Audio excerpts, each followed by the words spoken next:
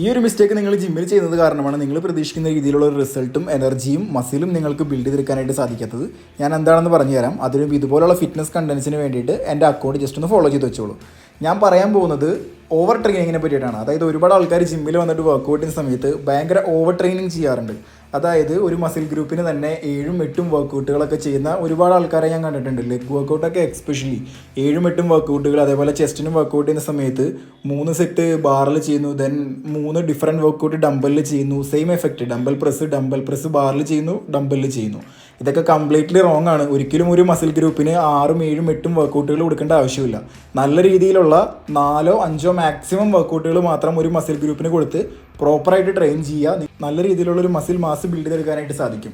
അല്ലാതെ over train ചെയ്ത് കഴിഞ്ഞാൽ അത് നിങ്ങളുടെ എനർജി ലോസിനും നിങ്ങൾക്ക് പ്രോപ്പറായിട്ട് നിങ്ങളുടെ വർക്കൗട്ട് റൂട്ടീൻ കംപ്ലീറ്റ് ചെയ്യാൻ പറ്റാത്തതിനും കാരണമാവും. ജിമ്മിൽ വന്ന് ഓവർ ട്രെയിനിങ് ചെയ്യുന്ന നിങ്ങളുടെ ഫ്രണ്ട്സിനെ കമൻറ്റ് ബോക്സിൽ മെൻഷൻ ചെയ്യും.